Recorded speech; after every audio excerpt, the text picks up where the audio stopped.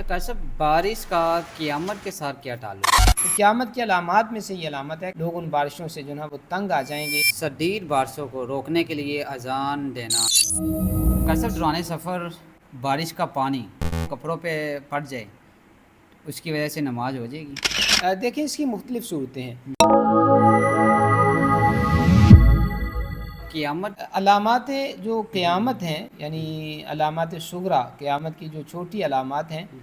ان میں ایک یہ علامت بیان کی گئی ہے، مسند احمد کی روایت ہے کہ رسول اکرم صلی اللہ علیہ وسلم نے فرمایا کہ قحط سالی یہ نہیں ہے کہ بارش نہ ہو، بلکہ قحط سالی یہ ہے کہ بارش برسے اور خوب برسے اور اتنی بارش برسے کہ جو ہے نا وہ انسان جو ہے نا وہ بارشوں کی کثرت کی وجہ سے تنگ آ جائیں۔ یہ حدیث کے الفاظ نہیں ہیں، حدیث میں یہ ہے کہ کثرت کے ساتھ بارش برسے، کثرت کے ساتھ بارش برسے اور زمین کچھ نہ اگائے، یہ حدیث کے الفاظ ہیں۔ تو قیامت کی علامات میں سے یہ علامت ہے کہ بارشیں ہوں گی اور بہت زیادہ بارشیں ہوں گی، لوگ ان بارشوں سے جو ہے وہ تنگ آ جائیں گے، لیکن زمین سے جو ہے نا وہ سبزہ نہیں نکلے گا۔ بارشوں کو روکنے کے لیے اذان دینا رواج ہے، اگر کثرت کے ساتھ بارش ہو رہی ہے تو بارش کو روکنے کے لیے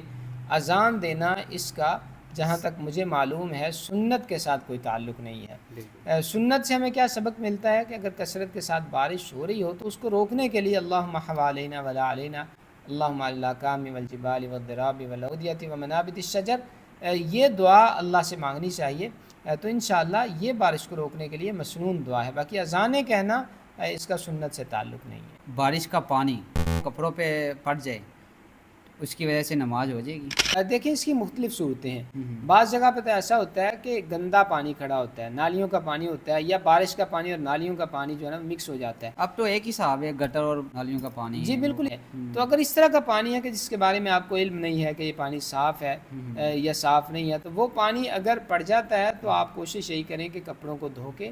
بدن کو دھو کے پھر نماز پڑھیں۔ لیکن اگر آپ کسی ایسی جگہ پہ ہے جہاں آپ کو پتہ ہے صرف بارش کا ہی پانی ہے اور صاف پانی کھڑا ہے، زمین بھی صاف ہے، مثال کے طور پہ جیسے ذمہ دار ہے وہ کھیتوں میں ہے، اس کو پتہ ہے کہ یہ جو زمین ہے بالکل صاف ہے، صرف مٹی ہے اور بارش کا پانی ہے، تو اگر اس طرح کا پانی جو ہے نا وہ بدن کو لگ جاتا ہے یا کپڑوں کو لگ جاتا ہے تو اس سے انشاءاللہ فرق نہیں پڑے گا، آپ نماز پڑھ سکتے ہیں، اس سے کپڑے پلید نہیں ہوں گے۔ لیکن بازاروں وغیرہ کا پانی یا اس طرح کا پانی کہ آپ کو پتہ نہیں ہے صاف پانی ہے یا گندا پانی ہے، تو ایسی صورت میں آپ احتیاطاً کپڑے کو دھو دیں اور بدن کو دھو دیں اور اس کے بعد پھر سڑک پر جا رہے ہوں، گاڑی والا اس کے اوپر پانی پھینک کے چلا جاتا ہے، تیزی سے گزر جاتا ہے، اس کی صورت میں اگر صاف پانی ہے، بارش کا صرف زمین تھی، جس طرح ہمارے دیہاتوں میں بعض کچی سڑکیں ہوتی ہیں یا اس طرح کے مقامات ہوتے ہیں، تو جہاں صرف بارش کا پانی ہی ہوتا ہے اور دیگر کوئی گندا پانی یا نالیوں کا پانی نہیں ہوتا، اگر وہ پانی آپ کے بدن پہ پڑ گیا، کپڑوں پہ پڑ گیا، اس سے جو ہے نا وہ کپڑے ناپاک یا پلید نہیں ہوتے۔ لیکن اگر پانی جس طرح شہروں کی صورتحال ہے یا اب تو دیہاتوں کی بھی ایسی بنی ہوئی ہے، اگر ایسا پانی ہے کہ گٹروں کا پانی، نالیوں کا پانی اور بارش کا پانی مکس ہو چکا ہے، تو پھر ایسی صورت میں کپڑوں کو دھو لینا چاہیے۔